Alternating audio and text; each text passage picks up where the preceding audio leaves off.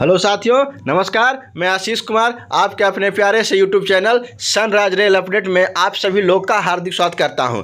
जी हां साथियों, आप लोगों के बीच में मैं इनकम टैक्स रिटर्न वित्तीय वर्ष 2024-25 के ऊपर संपूर्ण रूप से जानकारियां लेके आ चुका हूं। इस वीडियो में मैं आपको बताऊँगा कि जो इनकम टैक्स का स्लैब है वो कैसे चुनाव करें, क्या 1 चुने या 2 चुने, मतलब पुरानी चुने या नई चुने, और अगर आप किसी भी स्लैब का चुनाव नहीं करने पे क्या होगा, और नई जो आयकर व्यवस्था है वो सही है या पुरानी है।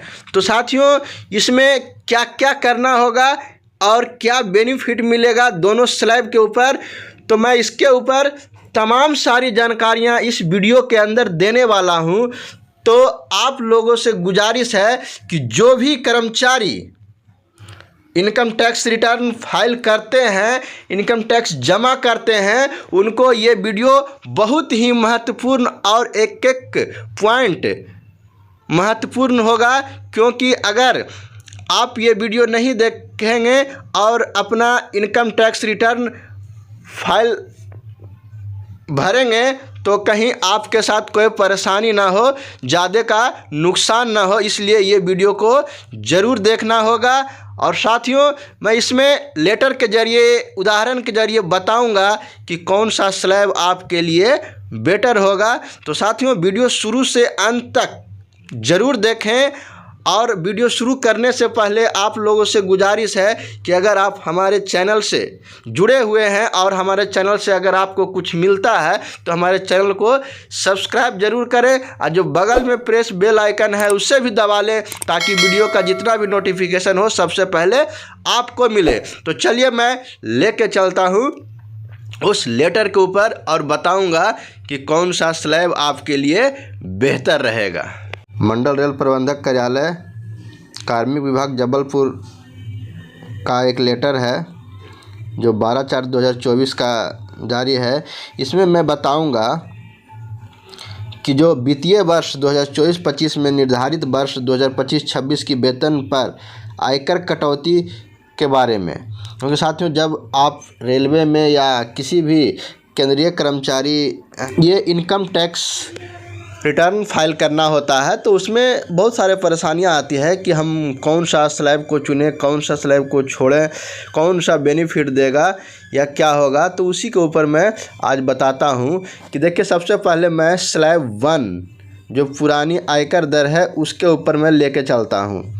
तो साथियों, इसमें कहा गया कर योग्य आय का रेंज ₹2.5 लाख तक। इसमें इनकम टैक्स की जो दर है वो 0 रहेगा। फिर नीचे चलते हैं, ₹2.5 से 5 लाख तक।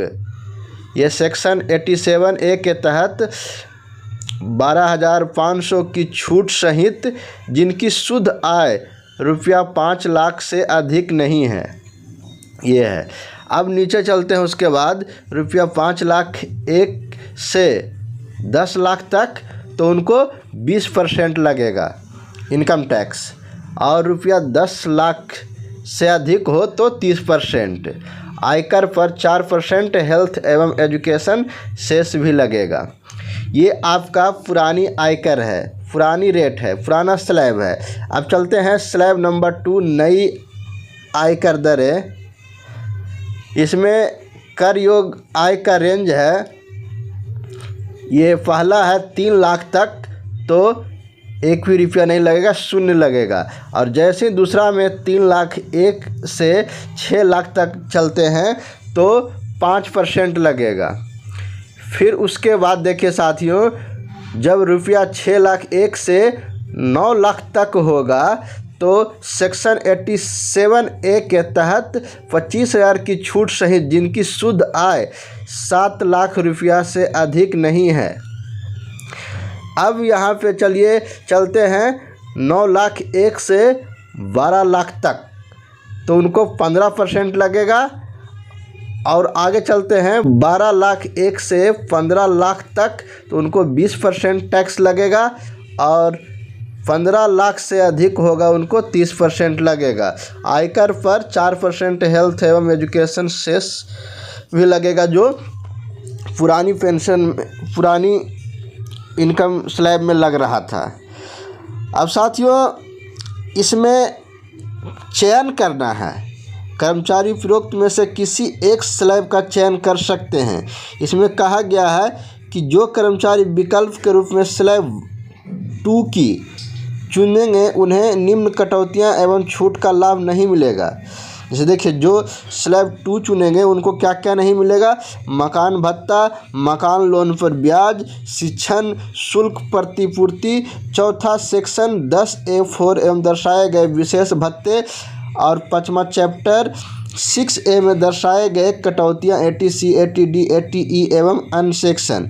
नोट कहा गया है कि जो कर्मचारी नियत तिथि तक विकल्प नहीं देते हैं वह स्वतः क्रमांक 2 में आयकर व्यवस्था शामिल होंगे। साथियों, इसमें बताया गया है, जो ये आपका पैराग्राफ है उसमें बताया गया है कि अगर जो कर्मचारी स्लैब 2 मतलब नई आयकर जो फाइल रिटर्न है उसको चुनेंगे तो ये उनको मकान भत्ता का बेनिफिट नहीं मिलेगा, लोन का नहीं मिलेगा, शिक्षण शुल्क का नहीं मिलेगा, ये सारे चीज़ का उनको सुविधा नहीं मिलेगा।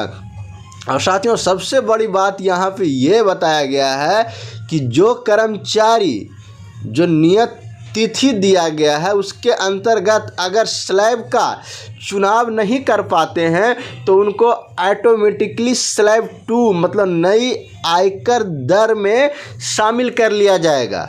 तो चलिए मैं आगे लेके चलता हूँ कि इसके आगे क्या होता है। गया है कि जो रेलवे कर्मचारी वित्त वर्ष 2024-25 में पुरानी आयकर व्यवस्था चुनने के इच्छुक हैं वो संलग्न प्रारूप में भरकर ग्रुप लिपिक को दिनांक 30/6/2024 तक जमा कर दें। देखिए साथियों, ये इसमें कहा गया है कि 30/6/2024 तक आपको जमा करना होगा। हो सकता है कि हर डिवीज़न में कुछ अलग अलग होगा, लेकिन इसको एक एवरेज मान के चलें तो इसमें आपको जमा करना होगा। अब साथियों, इसमें कुछ मैं बताता हूँ कि जो है वो पुरानी आयकर व्यवस्था के साथ नई आयकर व्यवस्था की तुलना करते हैं। इसमें तुलना करते हैं, बताते हैं कि क्या क्या होने वाला है। तो विषय में कहा गया है कि आयकर अधिनियम के तहत 1961 के तहत कटौती एवं छूट, मकान भत्ता, दूसरा नंबर मकान पर लोन पर ब्याज, प्रोफेशनल टैक्स, स्टैंडर्ड डिडक्शन, शिक्षण शुल्क प्रतिपूर्ति, सेक्शन 6 सेक्शन 10/14 में दर्शाए गए विशेष भत्ता, चैप्टर 7 के दर्शाए गए ATC, ATD, ATE के अन्य सेक्शन। तो साथियों, इसमें कहा गया पुरानी जो आयकर व्यवस्था स्लैब होगा क्रमांक 1 वो लाभ पाने के लिए पात्र हैं। जो पुरानी आयकर स्लैब को ये करेंगे उनको इस चीज़ का लाभ मिलेगा। और नई व्यवस्था में स्लैब जो क्रमांक 2 है उनको स्टैंडर्ड डिडक्शन पर 50,000 रुपये की छूट के अलावा लाभ पाने के लिए कोई पात्र नहीं है। जो इनमें सब होगा वो नहीं मिलेगा। अब चलते हैं नीचे। दूसरा में कह रहा है कि क्या कर व्यवस्था में परिवर्तन हो सकता है। तो पुरानी आयकर व्यवस्था में कहा गया है कि कर्मचारी के पास पुरानी व्यवस्था से नई कर आयकर व्यवस्था में जाने के लिए साल के विपरीत जाने का विकल्प होगा, बशर्ते इसमें व्यापार से प्राप्त आय सम्मिलित न हो। लेकिन एक बार जो वित्तीय वर्ष के शुरुआती विकल्प चुना जाता है वो इस तरह के विकल्प को वित्तीय वर्ष के दौरान नहीं बदला जा सकता है जहां तक नियोक्ता द्वारा TDS का संबंध हो। इसमें कहा गया है कि बीच में आपको एक बार चुन लेने के बाद नहीं किया जाएगा। अब नई आयकर व्यवस्था में चलते हैं। कहा कर्मचारी के पास नई आयकर व्यवस्था की पुरानी व्यवस्था में जाने और हर साल इनके विपरीत जाने का विकल्प होगा, बशर्ते व्यापारी के दिक्कत ना हो। लेकिन एक बार जब वित्तीय वर्ष की शुरुआती में विकल्प चुना जाता है तो इस विकल्प को वित्तीय वर्ष के दौरान नहीं बदला जा सकता। इसमें दोनों का है कि आप बदलाव जल्द नहीं कर सकते हैं। तीसरा नंबर कहता है कि क्या होगा नियोक्ता को कोई भी विकल्प चुनने की जानकारी न देना। जैसे मान लीजिए कि बहुत सारे होते हैं वो छोड़ देते हैं कि चलो मुझे किसी का स्लैब का चुनाव नहीं करना है, तो क्या होगा। तो साथियों उस कंडीशन में कहा गया है कि पुरानी आयकर व्यवस्था में कि स्वतः स्लैब क्रमांक 2 नई आयकर व्यवस्था में शामिल माना जाएगा अगर नहीं चुनेंगे तो, और उस जो नई वाला होगा वो तो उनका भी 2 में ही माना जाएगा। मतलब हर हाल में अगर आप पुरानी आयकर व्यवस्था को नहीं मानते हैं तो आपको नई में शामिल कर लिया जाएगा ऑटो।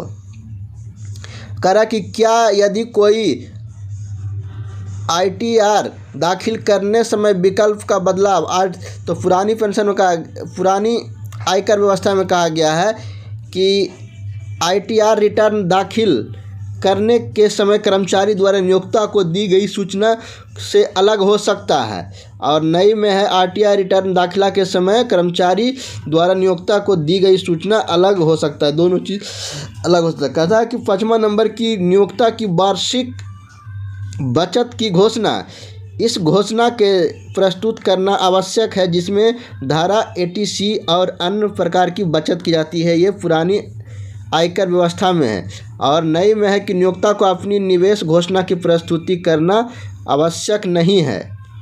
नंबर कह रहा है कि अन्य आय जो आयकर से मुक्त हो, तो इसमें पुरानी व्यवस्था में कहा गया है कि लाभ पाने के लिए पात्र परंतु वित्तीय वर्ष 2024-25 में आयकर अधिनियम के परिभाषित हो, और इसमें है जो कि आप इस तरह का नहीं कर सकते हैं। जो पुरानी स्लैब है उसका उदाहरण लेके बताया गया है और नई स्लैब के बारे में उदाहरण लेके बताया गया है, तो आप इस प्रकार से तुलना कर सकते हैं। अब ये साथियों इसमें अब साथियों देखिए ये जो है आपका फॉर्म भरने का है, तो आप इस प्रकार से ये पूरा फॉर्म का PDF आप डाटा को फिल कर सकते हैं। घोषणा पत्र कहा गया है साथियों कि जो पुरानी कर व्यवस्था चुनने के लिए इच्छुक कर्मचारी अपना घोषणा पत्र प्रस्तुत करने की अंतिम तिथि 30/6/2024 को कर सकते हैं। इसमें मैं वित्तीय वर्ष 2024-25 का आयकर हेतु पुरानी व्यवस्था का चयन करता हूँ। ये पुरानी जो करेंगे उनको डिक्लेरेशन फॉर्म, ये घोषणा पत्र है वो देना अनिवार्य होगा। ये घोषणा उनको देना अनिवार्य होगा। तो साथियों यही था आज का जो इनकम टैक्स रिटर्न का स्लैब के बारे में, और दोनों स्लैब में कौन अच्छा है कौन ख़राब है, या किस में ज़्यादा लाभ है किस में कम लाभ है, तो आपको मैं पूरी डिटेल इस वीडियो के ज़रिए मैं बता दिया हूँ। अब आपको चुनना है कि कौन स्लैब हमारे लिए बेटर रहेगा, और अगर किसी प्रकार का चुनाव नहीं करते हैं तो आपको नई स्लैब में ऑटोमेटिकली डाल दिया जाएगा। तो साथियों मैं उम्मीद करता हूँ कि ये वीडियो आप लोगों के लिए बहुत ही महत्वपूर्ण होगा जो इनकम टैक्स रिटर्न फाइल करते हैं। तो फाइल करने से पहले ये वीडियो एक बार ज़रूर देख ले। तो साथियों मिलते हैं नेक्स्ट वीडियो में, तब तक धन्यवाद।